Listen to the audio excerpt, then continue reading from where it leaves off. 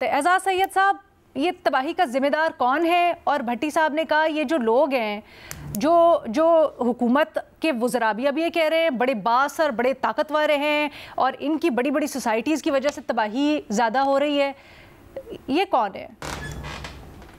अलीना बहुत बहुत शुक्रिया। वो एक शेर इन्होंने भट्टी साहब ने कहा ना, तो वो मुझे भी कुछ शेर याद आ गया। उन्होंने कहा कुछ कहें तो अमीर ना खुश, कुछ कहें तो अमीर ना खुश, चुप रहें तो ज़मीर ना खुश। ठीक है, बात ये है कि पाकिस्तान की जो गवर्नेंस है और पाकिस्तान की जो पॉलिटिकल डिसीजन मेकिंग है उसमें पैसे बड़ा अहम किरदार अदा करते हैं। रुपए हमारी पॉलिटिकल पार्टीज़ की फंडिंग में पैसे बड़ा अहम किरदार अदा करते हैं।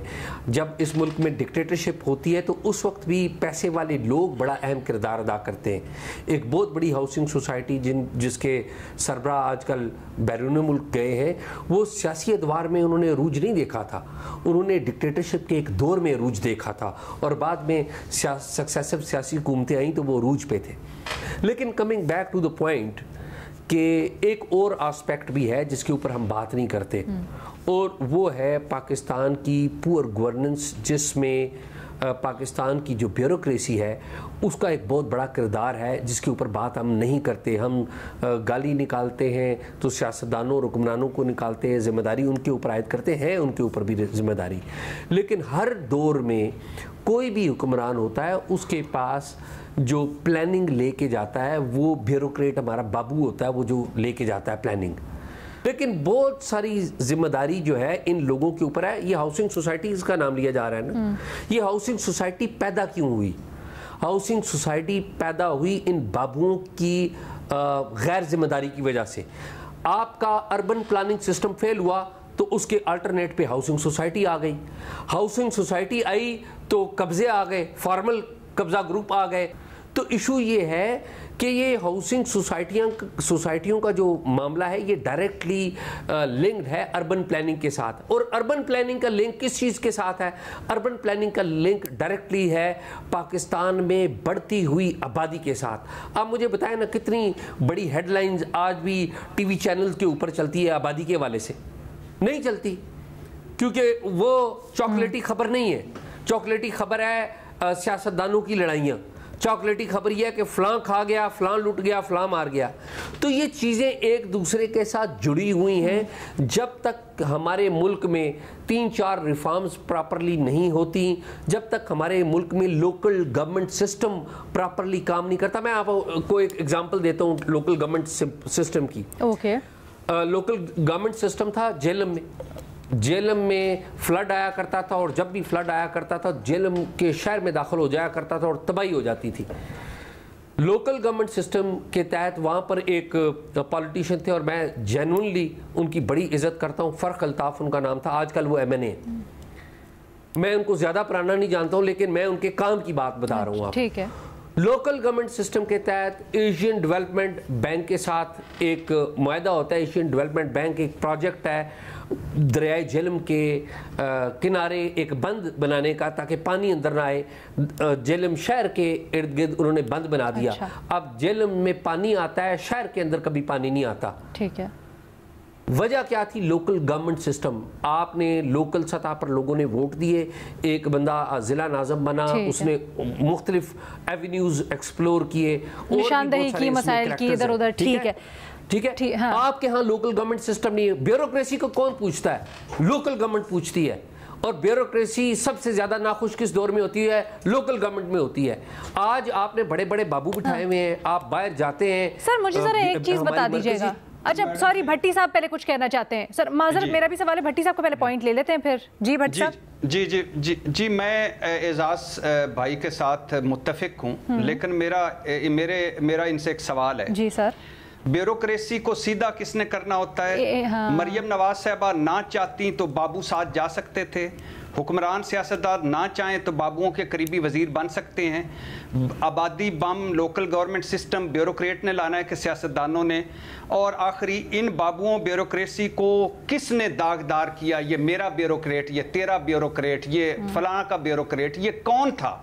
ये किसने इस ब्यूरोक्रेसी का सवा सत्यानाश किया? अच्छा, अब तो एक और भी चीज आई है ना, सियासतदान के साथ सियासी एडवाइजर भी होते हैं बहुत ज्यादा। तो वो एडवाइजर्स अगर इस तरह की है, कोई ब्यूरोक्रेट इधर उधर कर भी रहा है आगे पीछे हेरा फेरी, तो उसकी भी निशानदेही किसने करनी थी? जुर्म और सियासत का मिलाप है। मैं असल में एक मिनट जवाब ले लेते हैं एजाज से, फिर मैं आपके पास आती हूँ। जी मैं असल में पता क्या, जब हम टीवी चैनल्स के ऊपर बैठे होते हैं ना, तो हम बात सुनने के लिए नहीं, अनफॉर्चुनेटली बात का जवाब देने के लिए बैठे होते हैं। आप भट्टी साहब ने जो बात की है ना, उस बात का सादा और आसान जवाब पता है क्या है? क्या? कि जब आप, अगेन इसका जवाब भी लोकल गवर्नमेंट सिस्टम है, जब आप सियासतदान की ज़िले के लेवल के ऊपर तरबियत करते हैं, फिर वो सूबे में जाता है और मरकज़ में जाता है, तो वो एक आयरन मैन होता है, उसको ब्यूरोक्रेट धोखा नहीं दे सकता।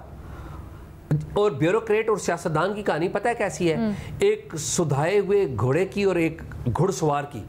अगर घुड़सवार अच्छा है और जो घोड़ा है वो मुंह जोर है, ब्यूरोक्रेट अगर मुंह जोर है और सियासतदान अगर मास्टर है, घुड़सवार अच्छा है, तो वो ब्यूरोक्रेट को लेकर चलेगा। और अगर घोड़ा मुंह सवार है और सियासतदान नलायक है, तो फिर कौन लेकर चलेगा?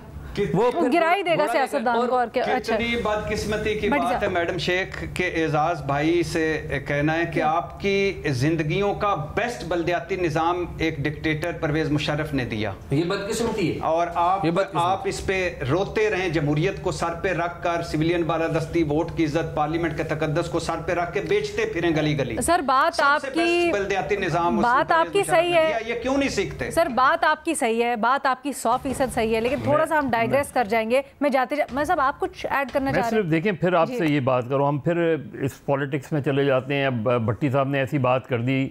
भट्टी साहब, आपके घर पर अगर कोई कब्जा कर ले और उस घर को बहुत बेहतर बना दे, तो क्या उसको जस्टिफाइड कहा जा सकता है? क्या उसे लेजिटिमेट कहा जा सकता है?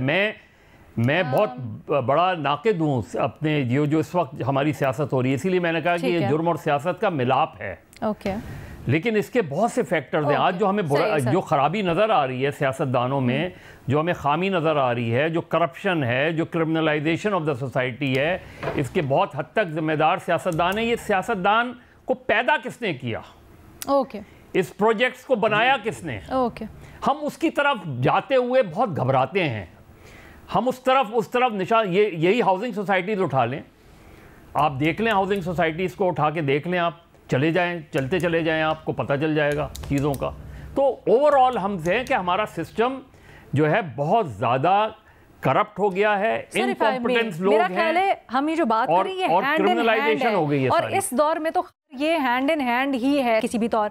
अच्छा, जाते जाते एक यहाँ पे कॉन्वर्सेशन हो रही थी बेनज़ीर से, ज़रा उसके ऊपर पूछ लूँ, उनकी इसके बारे में बड़ी इंसाइट है। बेनज़ीर, कल शाहज़ेब खानज़ादा के साथ गुफ्तगू करते हुए अज़मा बुखारी ने कहा कि तहरीक इंसाफ का जो रूडा था वो ख़राब था, इसलिए हम उसके ऊपर तनकीद करते थे। ये जो नून लीग का रूडा है, ये बड़ा मुख्तलिफ और माहौल दोस्त रूडा है, हमने इसको बेहतर किया। इसमें क्या सच्चाई है? क्या सपोर्ट करते हैं एविडेंस इसको? लीना, ये तो वैसी बात है कि उनका इमरान खान साहब का हाइब्रिड निज़ाम अच्छा नहीं था, हमारा हाइब्रिड निज़ाम बहुत अच्छा है। मैंने उनको सुना, अज़मा साहिबा को, और उसके बाद मैंने कहा शायद कोई नया रूडा का मास्टर प्लान बना हो जिसमें बहुत ज़्यादा ग्रीनरी हो, जंगलात हो। मुझे तो कुछ नहीं मिला रूडा की वेबसाइट में। जो पिछला प्लान था, मास्टर प्लान था रूडा का, क्योंकि हमें याद रखना चाहिए एक नया शहर बनाया जा रहा है, उसमें कोई तकरीबन 7 जंगलात थे और उस ज़मीन में कोई 70-80% जो है वो ज़राई ज़मीन आती है। मैंने कोई नया मास्टर प्लान नहीं देखा। अलीना, मैं सिर्फ इतना कहूंगी कि रूडा की जरूरत ही नहीं है, इस नए शहर की जरूरत ही नहीं है। आप ये अमीरों के लिए शहर बना रहे हैं रावी के ऊपर, जबकि जो हाउसिंग डिमांड है और जो नीड है यहाँ लाहौर शहर में, वो है मिडिल लोअर क्लास के लिए। वो तो खरीद ही नहीं सकते ये घर, वो तो रह ही नहीं सकते यहाँ पे। ये तो आप उनके लिए बना रहे हैं जो यहाँ पे आके एक अपार्टमेंट खरीदेंगे, इन्वेस्टमेंट करेंगे और बाहर चले जाएंगे और वो पड़े रहेंगे अपार्टमेंट, और आपकी जो ये ज़राई ज़मीन है वो तबाह हो जाएगी। ये जो इलाका है पूरा रूडा का, ये फूड बास्केट है पूरे लाहौर शहर के लिए, जिसपे आप एक नया शहर बना रहे हैं। तो आप सोच सकती हैं कितना लॉन्ग टर्म डैमेज कर रहे हैं हम। ऑल्सो बेनज़ीर, अब तो हमें इन सैलाबों ने मौसमियाती सिखाया है ना कि तफरीक नहीं करती ये तबाही कि कौन है अमीर कौन है गरीब, किसके लिए बनाया किसके लिए नहीं बनाया। आप अगर नेचर को तबाह करेंगे, उसके रास्ते में आप ये गैर ज़रूरी रुकावटें खड़ी करेंगे, वो सब कुछ बहाता ले जाएगा। ये हमें हमारी आंखों के सामने ये सब कुछ देखने को मिल रहा है। मेजर टेक अवे हमारी इस डिबेट का, इस डिस्कशन का ये था कि governance system, natural governance system इस मुल्क के अंदर शदीद मुतासिर है नहीं है, जिसकी वजह से जो सारी खराबी हम देख रहे हैं वो है।